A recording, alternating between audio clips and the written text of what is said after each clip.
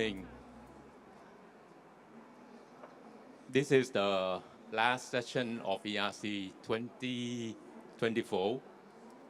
The title for our last session would be Green and Sustainable Financing, the Trend of Environment, Social, and ESG, as well as Sustainability.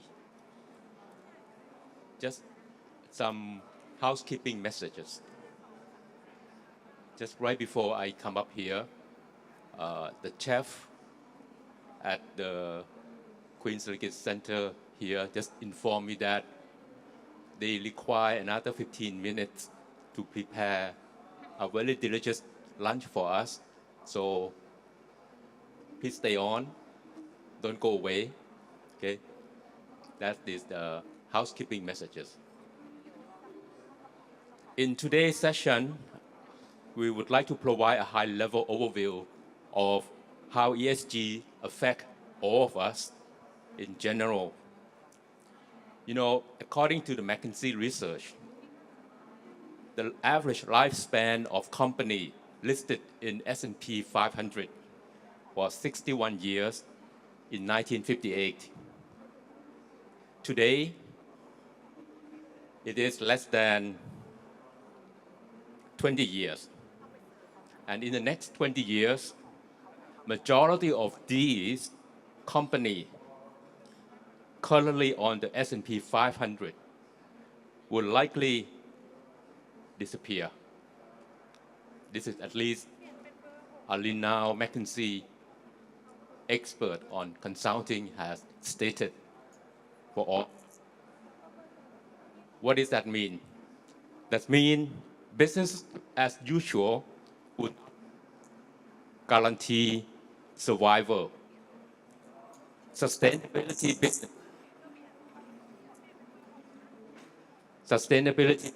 business may just small microphone battery. Okay, we are talking about a lot of battery, so this is one of the evidence that it's important to have a good battery. You know, I was wondering why they put our session last, because of all the 1.5 days that we have heard this in this forum, everything will not be possible. Everything will become, you know, the term of NATO. What does that mean? NATO in Thai politics concept is no action, talk only. Because without this session, the financing part, which is the most crucial and important aspect for all the ESG and sustainable financing, it would not be possible. It would not be possible at all without the scheme of proper financing in place. Just a few more facts before I introduce my panel, okay? We can identify by numbers from research. China is the biggest emitter of greenhouse gas carbon, okay, at about 26% of the total gas emission. US, another 12.5%. India, 7%. European Union, 7%.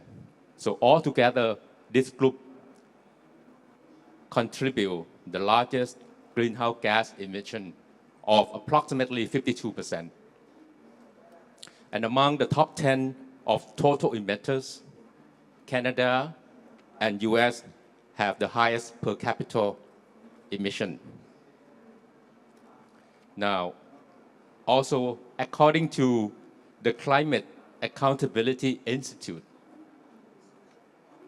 the 20 largest fossil fuel companies are responsible for 35% of global gas emission since 1965. The number is very scary. 20 largest fossil fuel responsible for 35% of global gas emission. And when you narrow down this research, 108 fossil fuels and cement companies accounted for approximately 70% of the total emission. So you can see that, there are already have these important aspect of, academia paying attention to this aspect of sustainability financing. Okay, and today we have the pleasure of diving down into more deeper details of the topics related to the sustainability financing and the trend. Okay, we have total 5 handsome gentlemen up here with me. Okay, I will introduce them one by one, and they will have a floor of approximately 8 to 10 minutes to present their thought, educate us of what they have been doing, sharing with us their insight. Okay, by introducing them, I will not have any order. Okay, it's a random pick, not by the level of handsomeness. Okay, but they all look very handsome to me. Okay, Mr. Daniel Hall, the extreme right, is the financial attaché to Southeast Asia for the U.S. Treasury. Daniel has been a veteran in the Treasury office for the U.S. over the past 15-20 years. Daniel holds a bachelor's degree from University of Texas at Austin and a master's graduate degree from UC Santa Barbara. Next to Daniel is another handsome gentleman, Kevin Tuhers. Kevin is a regional manager for Southeast Asia and Pacific under U.S. Trade and Development Agency. Kevin also is a veteran of these Trade and Development Agency for a long time. He also had to work with global market team at GE Capital. He also had experiences with a public affairs company in the US, in New York, and also in Capitol Hill. He completed his study from Georgetown University with a degree in government, and he speaks fluent Spanish and Chinese. Next to Daniel is Kun Supat Ampai Thanakon. Kun Supat is a senior advisor for the financial institution policy at the Bank of Thailand. Kun Supat also has been with the Bank of Thailand for many, many years. He has also completed his study in Thammasat University and continued his graduate study with the master degree from Haas Business School, UC Berkeley. Next to Kun Supat, Dr. Kalin, another handsome gentleman on my panel. Dr. Kalin is executive from Kasikorn Bank. He has been responsible for corporate strategy innovation division at Kasikorn Bank. He completed his study both at Kasetsart University undergrad, a master in MBA from DeVry University in the US, as well as a Master of Industrial Engineering and a PhD at a renowned institute, Georgia Tech in the US. And last another handsome gentleman, James Rama, who is now working for Banpu as a Group Senior Vice President on Strategy and Investment. James has also a vast experience in banking, finance, and telecommunication.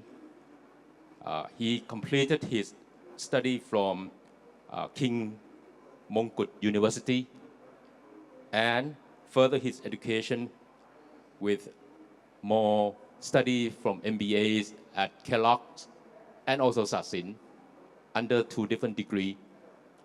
So the forum that we will run is you each will have 8 to 10 minutes to present your thought. And I also would like to encourage my panel to not to be too passive. Okay? Feel free to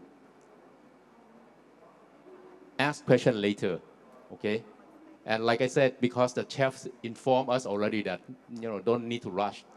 Okay, 15 minutes. They need to prepare the final touch on the food. So please, if you are hungry, there's some snacks behind this room. Okay. With that, if I may ask Daniel to proceed. Thank you, Daniel. Let me start by thanking our host, OERC, for putting on a great conference on a very important topic. And particular thanks as well for the hospitality last night at the dinner. It was really impressive cultural performances. And lunch will be even better. Oh, wow. Okay. Stick around then. The U.S. government recognizes that the climate crisis is a threat to all of us in the global community and requires urgent action. I believe I'm the second out of 3 speakers just this morning at the conference coming from the U.S. government. So let me start by trying to give a bit of a sense of what I do at the Treasury Department and my colleagues do. You heard from a colleague from the United States Embassy in Bangkok earlier this morning in the first session about some of the action that the United States is taking domestically to achieve a transition towards net zero economy at home, and also some of the bilateral initiatives that we have underway with Thailand to help advance climate action here. I think after I speak, you'll hear from Kevin from U.S. Trade and Development Agency and hear a bit about tools and funding that the USG has to drive specific investment projects and operations. I sit at our finance ministry, the Treasury Department, and we don't have those funding streams or program tools to do specific investments or operations. Instead, we think about the broader policy framework that exists and how to mobilize finance for clean energy and a net zero transition at a global, regional, and country scale. Of course, it takes a lot more than just money to address the climate crisis. This is not a problem you're going to solve by only throwing money at it. But adequate financing is absolutely a necessary, if not solely sufficient, condition for getting to a net zero future. So I'm going to talk about 3 specific lines of effort that the U.S. Treasury is working on to address climate change, and in particular to mobilize finance from both public sources and then also from the private sector. Those 3 lines of effort are evolving the multilateral development banks to better address climate change. Second, the Partnership for Global Infrastructure and Investment, which is a G7 initiative. And then the 3rd line of effort is helping set principles for how financial institutions can play a role in the transition to a net zero future. So let me hit those in turn. This first line of effort is what we at Treasury have called the MDB Evolution Agenda, which is to say, how to evolve the multilateral development banks to better equip these institutions to address cross-cutting global challenges that are not specific to any one country or region, things like climate change, pandemics, fragility and conflict. And the MDB Evolution Initiative is aiming to equip these institutions with the tools they need to respond to these pressing global challenges with sufficient speed and scale. We've made important progress on this agenda. So just last month at the spring meetings of the IMF and the World Bank, shareholders came together to provide support. We had leadership from management, and important reforms were adopted at the World Bank that make progress towards our objectives in this area. So I'll highlight kind of 4 key areas. One is updating the World Bank's mission and vision to recognize that climate change and addressing climate change is going to be a core element of reducing poverty and boosting shared prosperity. So there is no kind of tackling poverty development challenges without addressing climate change. They're inextricably linked. The second is on adopting a framework within the World Bank for financial incentives that will use incentives regarding the bank's lending volume and the pricing of its lending that are going to encourage countries to pursue financing from the World Bank that is going to provide positive cross-border externalities, global public goods, projects, yes, that advance the country's own development priorities, but that also create spillovers beyond its border. Third, reforming the operational approach that the MDBs take. These includes things like the diagnostic exercises, the country strategies, the results measurement. So when the World Bank engages with a client country, how it does its operations is taking in climate into consideration. And then fourth, boosting the financial capacity of the MDBs such that they have the capital to go out and do this. The other important element of the MDB reform agenda that I want to highlight is strengthening private capital mobilization that is achieved through MDB lending. So Treasury Secretary Janet Yellen has called on all of the MDBs to set targets for private capital mobilization, to think not only about how they use their balance sheet, but how they use their balance sheet to crowd in additional private capital.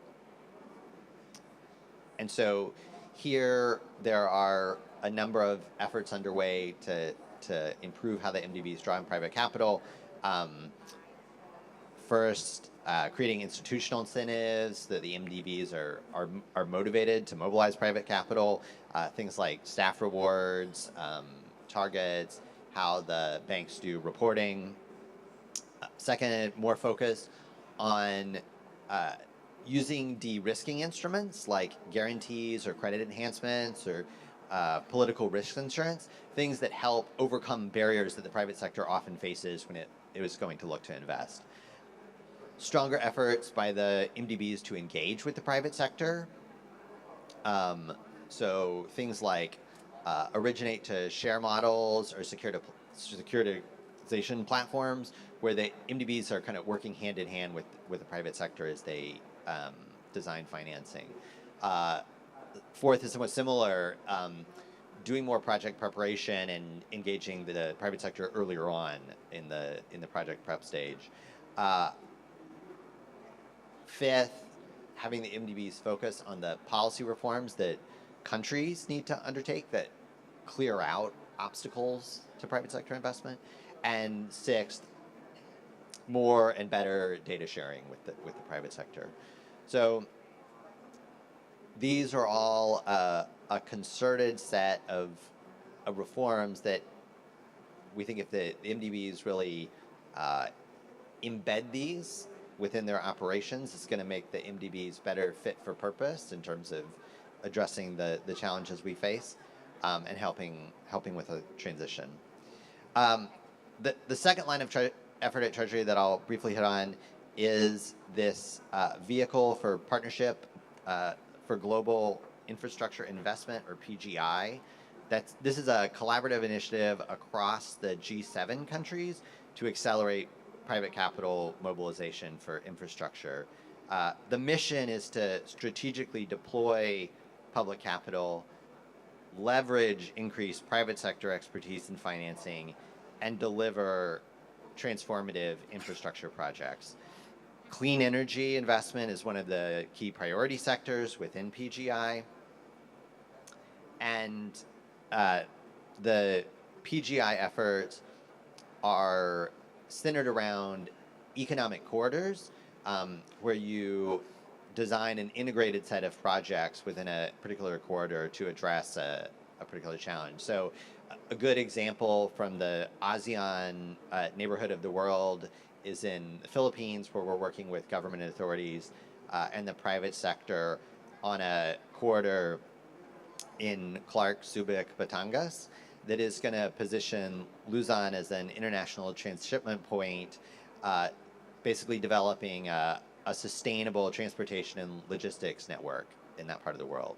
So this corridor approach is something we're looking to replicate in many places around the world, including in Southeast Asia. And then finally, the third line of effort I'll talk about is the role that financial institutions can play in transitioning towards a net zero economy. So last year in September, Treasury published a set of principles for net zero financing and investment. We developed these principles with a focus on U.S. financial institutions, so the domestic context of the United States. We believe, however, that the principles are sufficiently broad that they are useful for other jurisdictions to consider as they work with their financial institutions on transition plans. So to give a sense, in the U.S., we have more than 100 U.S. financial institutions that have voluntarily made net zero commitments. And U.S. financial firms have been leaders in the global space at developing these. So the principles that Treasury developed highlight best practices for firms having credible action to make progress. The principles were developed with broad consultations, financial institutions, research organizations, civil society, market participants, and coming out of that engagement, Treasury had 9 principles. I'll highlight just a couple of key elements of those. To enhance the credibility of net zero commitments, financial institutions should develop transition plans that underpin that ultimate net zero target. So that transition plans have a long-term perspective, aim at something, but they're designed to adapt to the context and circumstances that you're going to face along the way and have interim targets to get you there. Another important element of the principles is that financial institutions should seek to incorporate the net zero commitment into their core business strategy. So this means, this isn't an add-on to what you do. It fundamentally changes how the business operates, how they do their financing activities, their investing activities, their advisory activities. It's part of the core business. It also should change and be integral to how the firms engage with their clients and portfolio companies. And this partially just reflects the role that financial institutions can play as this kind of lifeblood of an economy. They touch so many different firms. Financial institutions can play this special role as advisors to helping other firms adopt their own transition plans. And another element of the principles is around public communication and transparency, firms reporting on how they're making progress. These principles are public. There's a paper on Treasury's website. If you Google Treasury Net Zero Principles, you'll find it. So what I've given isn't a comprehensive overview of what Treasury is engaged in, but hopefully it gives a sense of what we're doing, again, at kind of a global, regional level to set the framework for mobilizing public and private capital. Thank you, Daniel.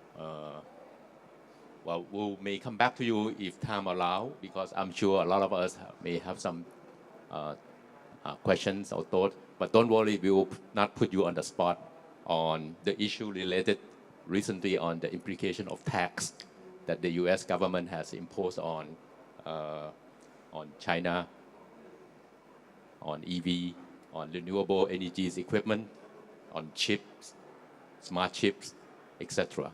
That would be another forum. Okay, so don't worry about that. Okay, Kevin, please. Fantastic. Thank you, Commissioner, and thank you to ERC for the opportunity to join you today.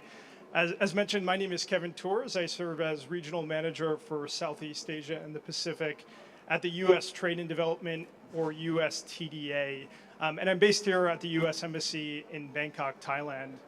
I'm excited to talk to you today about something that our agency, USTDA, is passionate about, which is preparing bankable infrastructure projects for the clean energy transition. And Commissioner, you mentioned action at the top, so I'll talk a little bit about some of the actions we are taking as an agency to mobilize public and private investment in clean energy infrastructure projects. So for those of you not familiar, USTDA is the U.S. government's overseas infrastructure project preparation agency. Our agency has a unique dual mission, a dual mandate to support high-quality infrastructure development in emerging markets, while also connecting our partners with high-quality U.S. technologies and solutions. And we engage at the earliest stages of infrastructure project development when the design choices and technical specifications for infrastructure projects are being made. We primarily achieve our mission through a toolkit of grant-funded project preparation activities, including things like feasibility studies, technical assistance, and pilot projects that really help to set the technical foundation for infrastructure projects to attract the financing we're talking about that's needed for project implementation.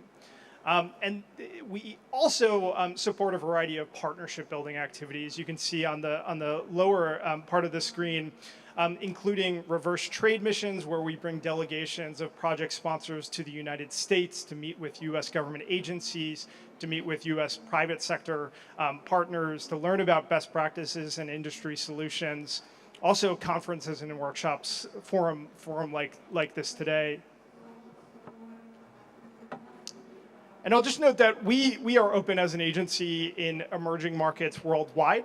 I will note that Thailand is one of our priority markets here in Southeast Asia, but for those of you joining from other markets, USTDA, we are open up to upper middle income countries worldwide for grant funding consideration. And we have supported over 4,000 infrastructure projects in 139 emerging markets. So we like to say we have some experience in the project preparation work that we do. Our regional headquarters here in Southeast Asia is based at the U.S. Embassy in Bangkok, so conveniently located for our partners here in Thailand. I'll be talking today about clean energy. That's the focus of our conversation, but I would just note that we are active in what we see as key infrastructure sectors, which in addition to clean energy includes digital infrastructure, it includes transportation, it also includes healthcare infrastructure. Zooming in a little bit on our priority areas in the clean energy space, a lot of the work that we are doing on project preparation in the clean energy space is focused on clean energy power generation. That includes, everything from geothermal power to offshore wind and onshore wind. We are even looking at small modular reactors and nuclear power in some markets. We are working on smart grid infrastructure and grid infrastructure.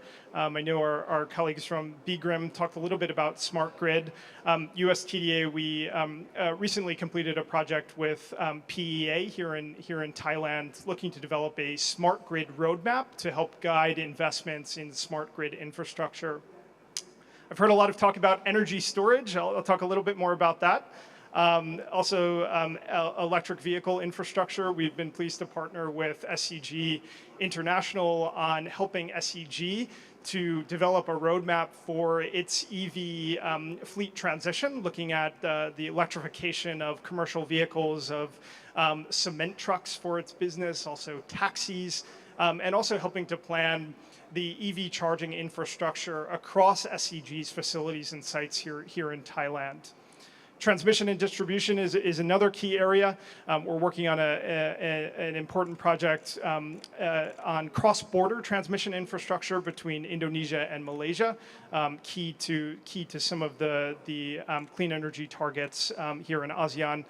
And finally, hydrogen, something maybe more of a new and emerging technology. I know we've heard a little bit from EGAT earlier today about some of their work on hydrogen, but it's something we are also exploring as an agency. I'd like to provide a few examples or case studies of some of the work that USTDA is doing with clients and partners here in Thailand and throughout Southeast Asia. I'll start with some of our work here in Thailand. We're very proud to be working with our partner EGAT on a feasibility study to assess the technical and economic viability of developing a pump storage hydropower project at the Wajiralongkorn Dam in western Thailand. The goal of this project is to create a high capacity, long duration energy storage option that can really support Thailand's transition to renewable energy sources and to improve the reliability of Thailand's grid. Pumped hydro storage is one of those technology options that can help move Thailand to renewable energy sources. And for those of you not familiar with this technology, this involves essentially building a second reservoir at an existing dam facility, and then connecting that second reservoir via an underground waterway with turbine engines, generators that produce additional power capacity when additional capacity is needed for the grid. So I think one good example is some of our work here in Thailand. Also talk about maybe some of our work on other generation options, including offshore wind, which is something we've been focused on very much in the Philippines, where we see significant potential for offshore wind production potential in the Philippines, given its island geography and coastline. We're working with Aboitiz Renewables, one of the major renewable energy developers in the Philippines, on developing up to 3 gigawatts of offshore wind production capacity across up to 10 sites. We are working with a U.S. organization called the Rocky Mountain Institute, RMI. Some folks may be familiar, as well as a partner based in Singapore called Climb Capital. Finally, just in terms of some of those new and emerging technologies mentioned, we're very proud to be working in Indonesia on the development of Indonesia's first nuclear power plants using small modular reactor, or SMR technologies. Last year, we announced new funding from USTDA for technical assistance to support PLN Indonesia Power on assessing the technical viability of developing an SMR in eastern Indonesia on Kalimantan. This TA includes all of the underlying technical studies, the site selection plan, the preliminary environmental and social impact assessments, the costing analysis needed to move this project forward. And PLN has selected a US company, NewScale Power, to help to implement this project, working closely with US engineering firm Fluor Corporation, as well as Japan's JGC. So, I hope that this presentation can help you understand one of the resources that is available from the U.S. government in terms of potential project preparation assistance. I will note that USTDA, we operate as a project preparation facility. So we are open all year round to proposals from partners here in Thailand and across Southeast Asia for new grant funding opportunities for feasibility studies, technical assistance, and pilot projects. We provide grants typically ranging from 500,000 to 1.5 million US dollars, which funds the technical labor work associated with those project preparation activities. We do require 2 key parties as part of that grant structure. We are looking for a public, private, or state-owned enterprise here in Thailand or in other markets. And then we do help to create a partnership with a U.S. technical firm, a consulting or engineering firm that can serve as your technical partner on the project. We are also, I will note, looking for capital-intensive projects. So as you're thinking about potential activities that may be relevant for USTDA consideration, we are looking to support large and capital-intensive projects that would often require tens of millions of dollars for full funding implementation. And I'll just note a few criteria we are considering as we are considering new proposals. We are looking for projects that meet a strong development priority, that are priorities of the Thai government, for example, or of potential private energy developers. We are looking for projects with strong financial viability. So even though we are engaging at the earliest stages of project development, we'd like to have a strong sense that a project will have a strong likelihood of attracting the financing needed for full implementation. We are assessing the strength of partners. We are looking at project size, as mentioned. And then finally, we are considering projects that offer mutual benefit between the United States and our partners in markets like Thailand. Finally, I'll just end on a note, maybe tying back to the theme of this panel on green financing, which is that USTDA, we are a part of the puzzle for investment in clean energy infrastructure. But I've heard the word partnership used maybe by some other panelists earlier today, and we believe strongly at USTDA that partnership is an essential ingredient for infrastructure project development. And that's why we are partnering with other organizations. We are partnering with multilateral development banks, with financiers, to help ensure that the projects that USTDA is supporting, those project preparation activities in our pipeline, are connected with financing sources that can ultimately ensure those projects reach financial close and project implementation. So some of our partners here in Southeast Asia we are working with closely include the Asian Development Bank, also our Japanese and Australian partners, looking to kind of mobilize our collective resources to drive sustainable infrastructure development. So very much look forward to exploring new partnerships with our colleagues here in Thailand and throughout the region as we look to advance high quality, sustainable infrastructure development. So thank you so much. I'll turn it back to you, Commissioner. Thank you, Kevin. Yeah. So we heard both from the Treasury and also the trade representative or USTDA. I think one seemed to me is providing the policy. Then you are giving out policy framework, and Kevin will pick up some of these and then provide supporting in terms of feasibility studies, engage into the project where you see a valid of sustainability financing. I think if you both later, if we have time, okay, can maybe shed some light on how do you work together to us and how can Thai companies or both private and public sector be able to tap and benefit from this if time allows, okay? If not, feel free to reach out to the two gentlemen. I'm sure they will try to be helpful in supporting all of these green financing projects. As we all know, trend is very clear that society demands that both private and public sector serve a social purpose. To prosper over time, every corporate must not only deliver financial performance, but also demonstrate how they can make a positive contribution to society. Bank of Thailand has also been a key important pillar in terms of driving this green financing. Let's hear from Kun Supat on that thought, his thought. Please, Kun Supat. Thank you, Commissioner. And then all of us are here today in order to help Thailand moving toward the sustainability. Then each party has its own mission to complete its jigsaw. Once we put our jigsaw together, that will be the whole roadmap for our moving toward the sustainability. For the whole session in the morning, we have listened to a lot of experiences from the lessons from the private and public sector, ranging from the technology side, the enterprise side.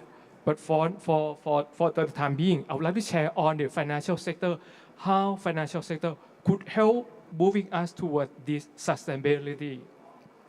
In order to make sure that we could help move toward this sustainability, we need to make sure that the financial sector help mobilize the fund to move ourselves to do the greener or more sustainable in terms of economy. In that size, we need two components. The first component is we need to have the fund. We have listened to experience from our US side on the fund granting from the international side. Later, Kasikorn Bank will share us on the domestic fund that we could help on that. That is the first element. The second element is that once we have the fund, we need to answer that how we mobilize or how allocate the fund toward what industry, what activities that classified as a green. We need some tools. The tools that tell us what are green, what are not green, that called taxonomy. And then the Bank of Thailand come into this step to help with the other government agencies to come up with the Thailand taxonomy. With the Thailand taxonomy and on moving on toward this the sustainability, we need to find the right speed, not too fast or not too slow. Otherwise, our enterprise, our country would not be able to catch up with that trend. We need to come with the right speed. And then on that right speed, it's based on the technology available for the time being, with the protection that what would be the technology that we could adopt in order to make sure that we could adjust ourselves toward that path. We need to retrofit or adjust the model we are doing now. On that side, we need to have the fund. And then this would be the thing that financial sector could help on that. In order to make sure that we understand the Thailand taxonomy, I would like to introduce you with this, how we come up with the methodology in terms of taxonomy. Start from the third one. Previously, chronically, come up with the principle-based taxonomy. Just mentioned that with the broad principle, what are roughly the idea of the green, what are the roughly idea of the not green. This is the first taxonomy that we have in the world, but it posed some problem in the way that it subjects to a lot of the interpretation, subject to a lot of the judgment to make sure that what are green or what are not green. Therefore, the second version is that we come up with white list-based taxonomies. White list-based taxonomy simply means that, well, not look at the principle base. We look at activities, rough idea, these activities, this industry could be classified as green. This is used for a little bit of time. And then later we find out that with the whitelist-based taxonomy, it's not that clear enough. We need to come up with the tangible tools to make sure that we understand what are green or not green. That come with the technical screening criteria-based taxonomy, the one that the Thailand adopts. With this technical screening criteria, we just classify the activity into 3 traffic lights, either red, green, or yellow, or we call amber color. The red, it simply means that activities are not that green enough. Emit the carbon dioxide emission above a certain threshold. In terms of the green, it simply means that these activities emit carbon dioxide or greenhouse gas to a certain level. That certain level, certain ratio, is based on scientific number.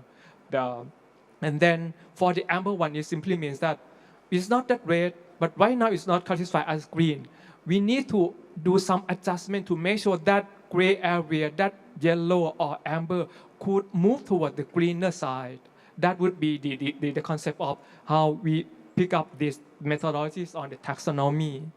Apart from this, the qualitative taxonomy based, we also look at other objectives as well. For example, we know for sure that the building the power plant based on hydrogen power would be the totally clean. Yes, we don't have objection on that, but we won't sacrifice the burning the forest, destroying all the hill, in order to build that plant only. Therefore, we need to look at do no significant harm to the environmental objective as well. Apart from this one, there are also other objectives that we need to look at in order to make sure that the social value, social safeguards would not be violent as well. For example, we would not sacrifice the child abuse. We will not sacrifice the human trafficking in order to make sure that we have the hydrogen power. That will be the thing that we'll look at the same time. And then in order to make sure that we see more in terms of the taxonomy, I just pick up the taxonomy that Thailand already adopt. Right here, this is, for example, in terms of natural gas. For Thailand taxonomy, the thing that I presented here is the taxonomy phase 1. We focus on the highest emission in terms of carbonization, which is the energy sector and transportation sector. Right now, we are doing on the second phase, focus on other sector, including agricultural, manufacturing, and also the waste management and construction. This is the second phase that we are doing. On this scenario, we mentioned that natural gas is not that green. It's kind of toward the red one.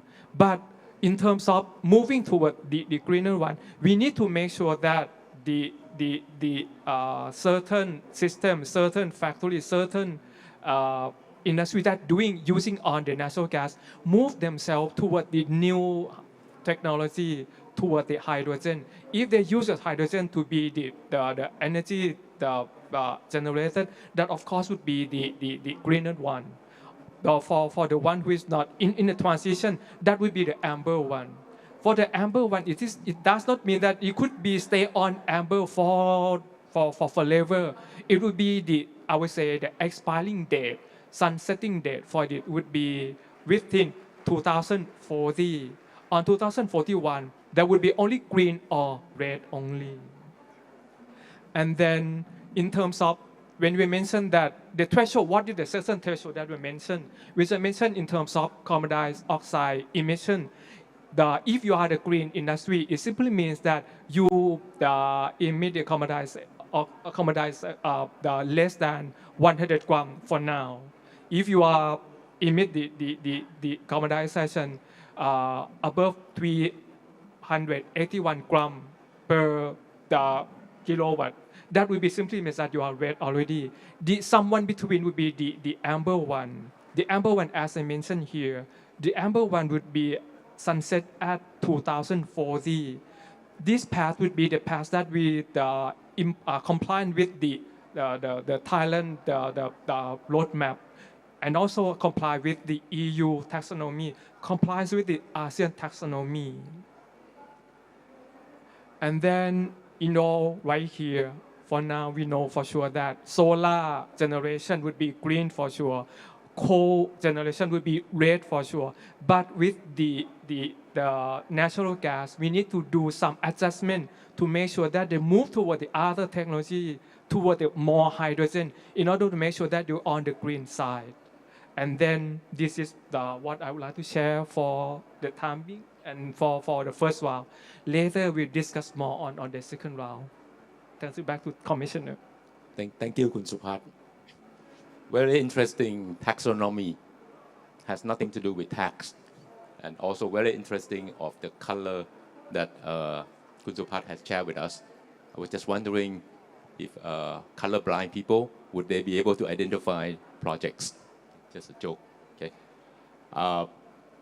Just a ballpark number so that all of us have some high-level estimation of the magnitude of the size of the capital required to our global net zero. It will be in the range of 110 trillion US dollars. Okay, this is according to a research by Berkeley.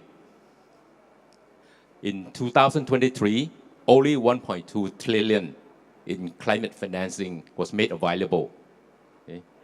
Only 1.2. Okay? And the total number that we are looking at from the estimation of the academia is 110 billion, trillion, not billion, trillion. Okay? We are now living in the era of competing for ESG financing. So corporates with ESG performance are likely to be able to access that capital. Okay? Let's now hear from Dr. Kalin, okay, on the domestic aspect and also some maybe international aspect of what our commercial bank is thinking about in terms of financing to the green project. Please, Dr. Kalin. Thank you. Thank you, ERC, and thank you, Commissioner, as well. Let's talk about the sustainable financing and instruments regarding to the sustainable financing here. Moment. Before we move on, I think many of you may have heard about the two names. The first one is about, let me see. Oh, not yet. Okay. The first one is on Kyoto Protocol. I'm not sure any of you have heard about that, the Kyoto Protocol. And the second one is on the Paris Agreement. People have heard about these two meetings and then maybe remember about the targets from the Kyoto Protocol, about the 5% reduction of emissions. And it took about almost 30 years, 20 years to reach the Paris Agreement and then that 1.5 degrees target.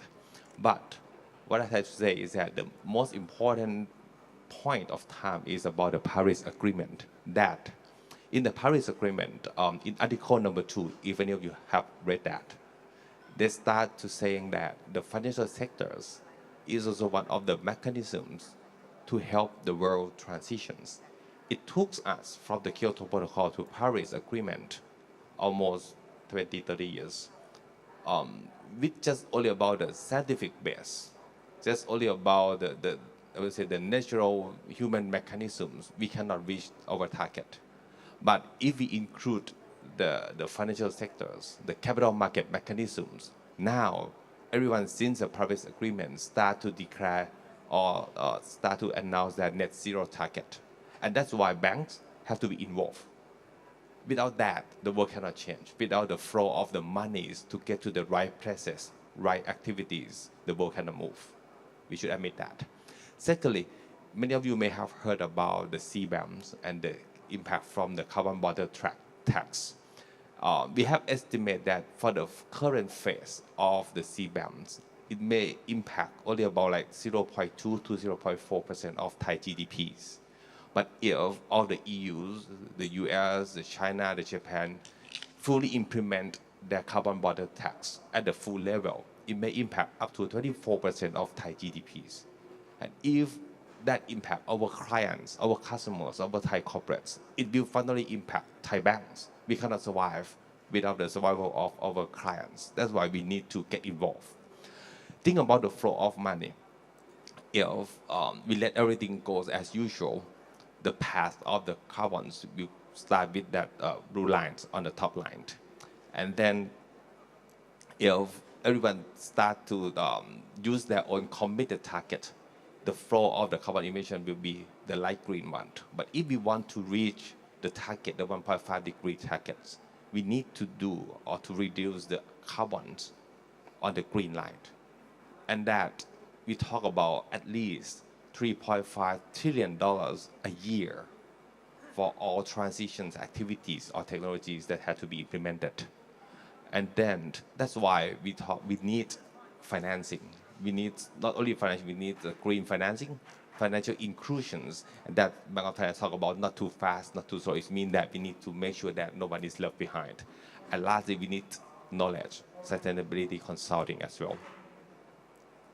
Think about the current rates, and the Commission have talked about that. It took us almost 12 years to reach that $4 trillion of the green transition financing. But the rate have to be increased, I would say, dramatically. It will take just about the next 6 years to reach or double that. And then we need to reach that 10 trillion at least in the next 30 years. For a successful implementation, I think we need 4 levels of building blocks. The first one, Bank Thailand have already talked about the taxonomies, the foundations, and then we have green finance. And then we as a bank, we think that these 2 layers are not enough. We need the 3rd and the 4th layer, which are the tools and the use cases. Let's talk about that. The first one on the foundations, Thai bankers have declared our target on the ESG target. And then we also have in Thailand, we have what we call the industry handbook. It means that not only we have the target objective, we have how to do that.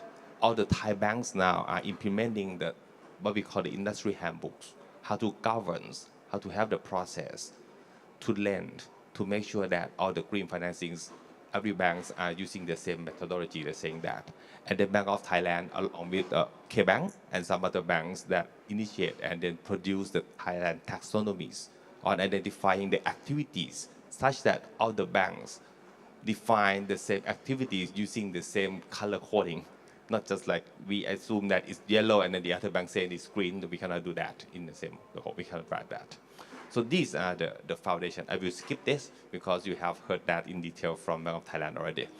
The activities, if you are corporate, the key activities that you use or you can implement, starting from the first one, renewable energies, energy efficiencies, technologies, green supply chains, optimized transportations, waste reductions, green buildings, climate risk management, and the engagement. These are the 6, as we say, activities that all need to consider which one is more important to you at the first phase. Then we talk about the green financings. Think about this, that from the Paris Agreement, that they get the bank to be involved in our own operation, number 1 in the middle. K-Bank, we have emit our own emissions, just about 80,000 tons carbon per year. But if we include what we call the scope 3, or the carbon emission from our client, from our loan portfolio, it's about 500 times more. It means that the total carbon emissions, including scope 3 of large Thai bank, is about the same size of Switzerland as a whole country. That's huge. That's why we need to help our clients to transition, because if they cannot, we cannot as well. The scope 3 is 500 times more than our own emissions. So for the instruments, on the left, we can have what we call the green or social. It can be green loans, green bonds.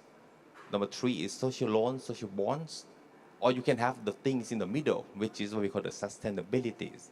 Sustainability loans or sustainability bonds. K-Bank is the first bank in Thailand, if not in Southeast Asia, that we issued the sustainability US dollar bonds in 2018. And that's helped financing the project, not only about the green, but also about the social sectors as well.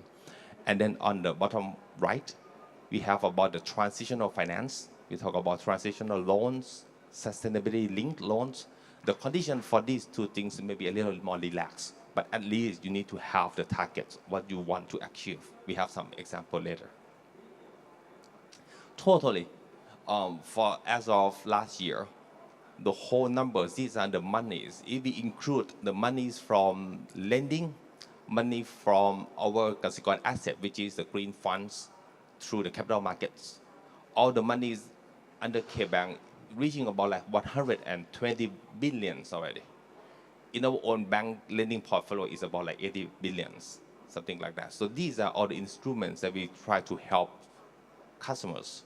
You may have seen the top far right, which is the Beacon Impact Funds. It means that we have our venture capital. It financed not only through debt, but we can invest in equities to help startups, the climate techs as well.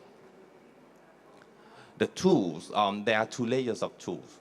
The third circle is about the carbon credit solutions, and the far out layers is what we call the total climate solutions. At K-Bank now, we have set up our subsidiaries, groups, which is called COP50s. Under the COP50 groups, there are three operating companies.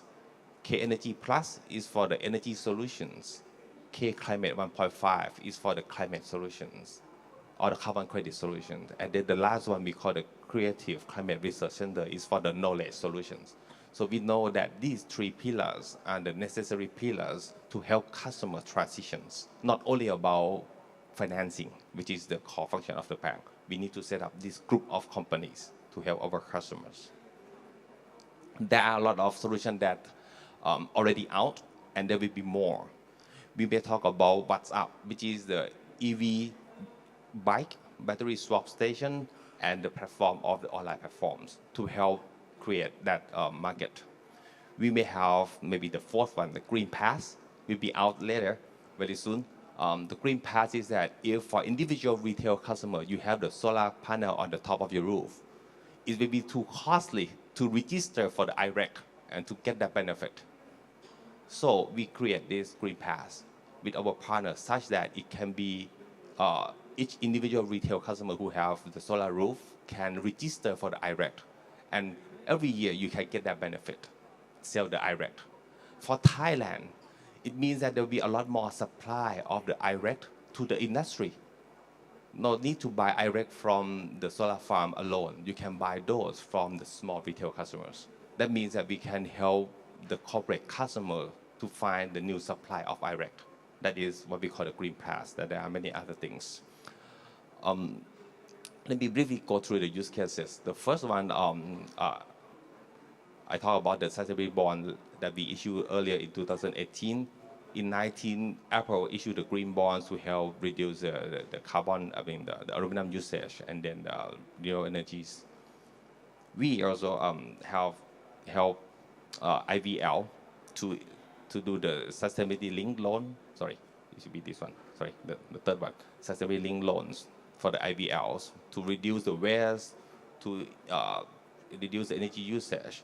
And maybe within the next few months, you will see the first carbon credit linked bonds issues. We will help our customer to issue bonds, and then carbon credit will be part of the benefit that will be out. Let me go through. Lastly, I think the key components for all Thai industry, the countries, we need four things. We need collaborative actions. We need the forward-thinking policies. We need technologies and the financial powerhouse. If we think about an EV car, the collaborative actions or the private sector is like the motor of a car. We need that motor.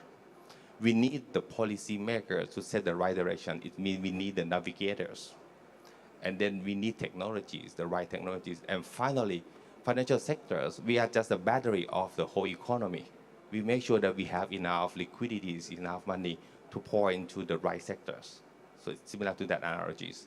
Lastly, if you want to see all of these actions, there will be an upcoming event called the Earth Jumps on the 27th of this month, the next few months.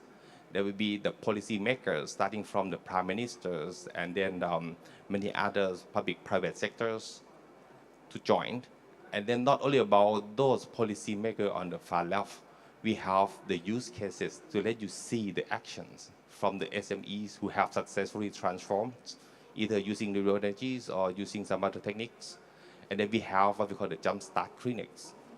Finally, we have or we create what we call the Thai Climate Business Network, Thai CBNs, including the public sectors, the private sectors, the banks, not only K-Bank. We include Citibank, UOB, and many others, and also academicians. We talk about the Chulalongkorn and many other universities that all of these we join forth as a consortium to help transition our country. Thank you. Thank you, Dr. Karin. Thank you very much. I forgot to mention to you, it's okay to have the free advertisement on the program. Okay. Well, Dr. Karin has kindly dived down into more details on example of the ESG financing. As I have mentioned earlier that corporate with ESG performance are more likely to be able to get that capital. This is a proof case. Kasikorn Bank is one of the leading financial institutions that see the value and significance of ESG aspect. So they have make plan, even restructure the whole organization with the way they put down in the 50 subsidiaries. Very interesting. Just a quick question, if you have, if you can answer, if not, it's okay. Would a depositor be able to get a little bit of interest premium if they go to deposit? Then they say that I want to do this in the green financing deposit. We consider that it's in the pipeline. This We is have a seen pipeline. that some other Okay. banks in the So other it's country good have for people here who has a lot of money or parents who has a lot of money and want to put deposit. If you specify that I want to put into a green deposit, you may get a little bit higher coupon. Okay, thank you. That is a good product. Well, as Dr. Kalin mentioned that all the cases that he mentioned, eventually it will lead to the use case. Now, the next speaker, Kun James, will share with us some of example of the ESG use case where it's applicable for, public as a whole. So with that, James, may I? Thank you, and thanks for having me here. I'm very aware that I'm the last guy standing between you and lunch, and I keep getting this slot in other events as well. I'm not sure why, but I'll try to wrap this up really quick. I have only 10 slides. I have 10 minutes. I'll try to make sure I don't go over it. Maybe I hope to put it down to 5 or 6 minutes. So a quick intro. So I'm with Banpu Group, right? So Banpu is operating in 9 countries. People think of Banpu as a coal mining, right? Actually, the business have migrate and expand to so many things, and from energy generations to all the way to energy efficiency, renewable, and so on. So today I'm here to talk about one of the pieces which I think is quite interesting, which is we heard a lot about the supply side this morning, right? People talking about solar farm, batteries, wind farm. I'm here kind of talking about the demand side. How do you actually reduce or make the usage of energy more efficient? And the topic today is about district cooling. For those you never heard of it, don't worry. I heard this word probably just less than 2 years ago as well. So thinking about why I'm talking about all this, right? I mean, we're having all this climate change, climate topics, temperature rising. If you actually spent time in Thailand last month, you probably realized it was actually really hot. There was no rainfall at all in April, which is like really strange. But I mean, we're seeing the effect. We're feeling the effect of the global extreme climate swing one way or another, and it's closer than we experienced the past 20 years. And thinking about it, this is probably a temperature chart, right? Of if we don't do anything, what will happen in the future? And now today we have 8 billion people on the Earth with 36 billion tons of carbon dioxide being emitted. Thinking about it, it's like every one of you, including me, we are generating 4,000 kilograms of carbon dioxide as an individual. How much is that? It's like if you're 100 kilo, you're generating like the 440 guys like you going into the atmosphere. So that's a lot of carbon dioxide to be generating. And where does that coming from, right? I mean, think about it. You have all this plastic waste. You eat your food. You go to 7-Eleven. You get your plastic bottle. You chuck it out. Everything actually have a carbon footprint, right? So I think that's where now I mean, if you kind of see it in context, it's like, okay, I'm generating 4,000 kilograms of carbon dioxide a year. What can I do to kind of reduce that number down, right? And obviously, the temperature is rising. You can see it's not kind of daydreaming. We see facts, historical data that temperature is rising. And what happened when temperature is rising? You open the AC. You make sure you want to stay cool. You look at this room, right? I mean, we are in a very nice, cool temperature of 24, 25 degrees. Where does that come from? Electricity. So with the change of environment, definitely cooling would be a significant part of it, right? In a typical establishment like here, like in Queen Circuit, 70% of electricity would actually be used for cooling purpose. That's a big amount for electricity usage. You go to the mall, around the same number, 60, 70% of electricity cost goes to cooling. Now, thinking about your home, right? Your home is probably a split type on the left. You install a thing in your bedroom and you have a condenser unit outside. It's good. You see now good like 3-star, 2-star rating, but it actually can be more efficient, right, by using chiller plants. What is the chiller plants? It's basically you go into a building, you go into a mall, you have a chiller system in place. And that's the typical one where we have in Thailand in the past, right? But what I'm talking about today is probably the thing in the far right. It's called district cooling. So rather than have one system in one building, you have one system that actually supply to multiple buildings.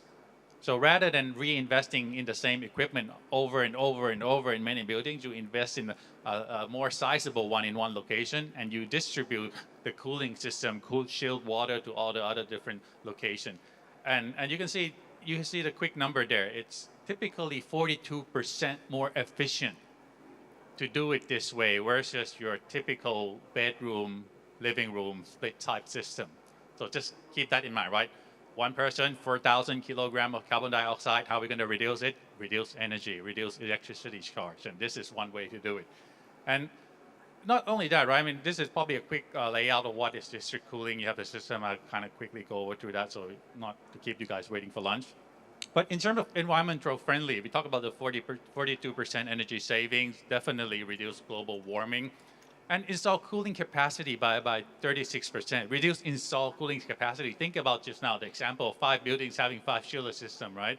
You actually can reduce in the combination of all that, reduce the amount of equipment you need to deliver the refrigerator ton or the capacity in that instance by 36%, meaning lower capex, lower investment costs going into the whole system, reducing the waste of things you are not going to use efficiently.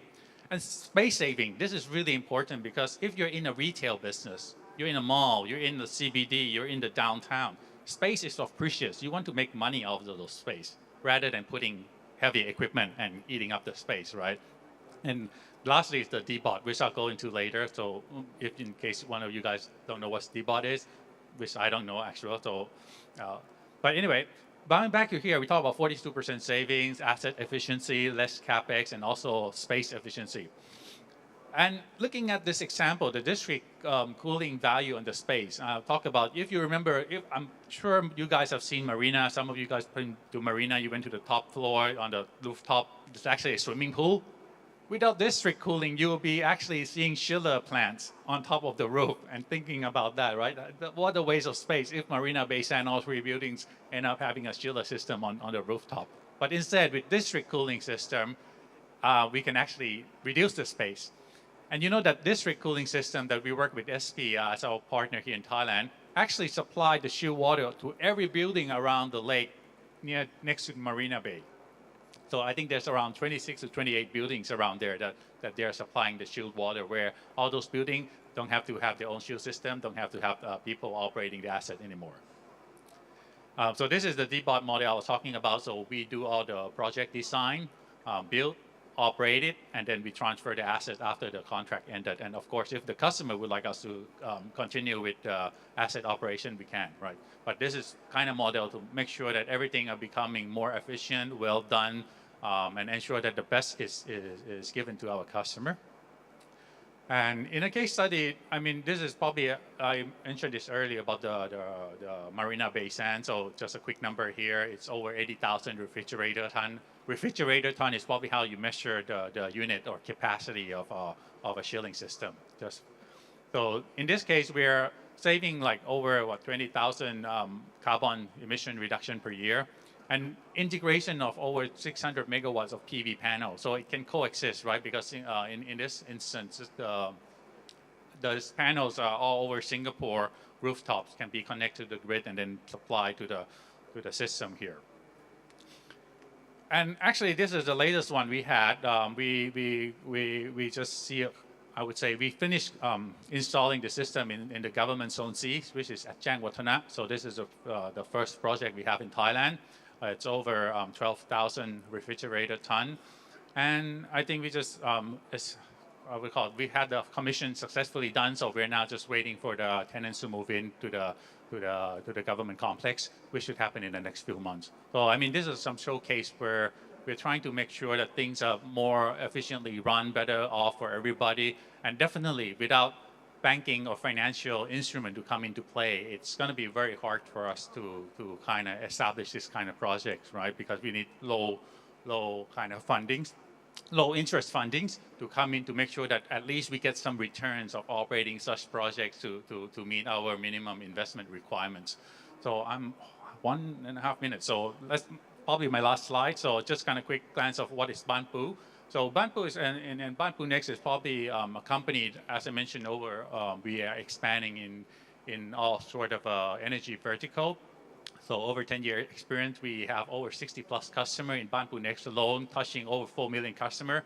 Why is the customer so many? You think about, give an example like the MoveMe Tuk Tuk, electric Tuk Tuk that's running around Bangkok nowadays.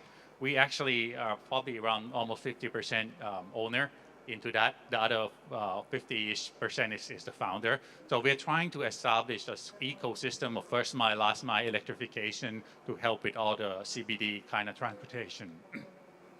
We install over 4,000 RT, refrigerator ton member supporting, and over almost 1 gigawatt of clean energy, and of course over 400,000 greenhouse gas emission reduction.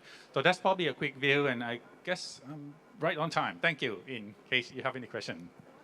Thank you, James. Thank you very much. Well, Banpu is one of the licensee from ERC, so I just help to promote your thought a little bit. I think it's very interesting because he has mentioned that the net zero that Banpu see, they are developing some projects. They see this as a net zero as a service provider. This is very interesting because it's a similar concept. If we remember years ago, when e-commerce just started, people are talking about centralized logistics center, centralized kitchen. This is very similar concept. They centralize the distribution of cooling system so that they can optimize the efficiency of household or district area to use electricity. If I made that, is something like that, right? Yeah, okay. Free advertisement also, okay? Well, we have heard all the member panels providing very important aspect, okay, from policy maker point of view, from regulator point of view, and from the operator point of view. I told all the gentlemen that feel free to ask each other questions if there's no question from the floor. So please do so. You have, let's say, if you have any question, I would encourage you to also participate in this because the audience may be hungry, but they can wait, okay? They can wait a few more. You have 1 or 2 options, and 1 or 2 questions, and then the chef will be ready for us, okay? Please go ahead if you have questions. Whatever you like or don't like each other, you can, be straightforward and use this panel to talk. So please ask, because if you don't ask, he won't let you guys go for lunch, right? So please raise your hand. Yeah, on the floor as well. I'll pose one Yeah. question to my panelists, in particular from BOT and from Capricorn, just to ask about how within the Thailand's taxonomy or within the Thai Bankers Association industry handbook, do you attempt to address the risks of greenwashing? Because obviously it's important that these net zero commitments and transition plans be credible, but there's always some risk that kind of what's delivered doesn't fully live up to the commitments that are made. Well, let me try to answer this question, how to avoid the greenwashing. First of all, we need to understand what are the real green, what are not real green. Based on that, we look at that data disclosure. And then based on that data disclosure, we need to have something, some verifier to prove, to make sure that data that they disclose is correct.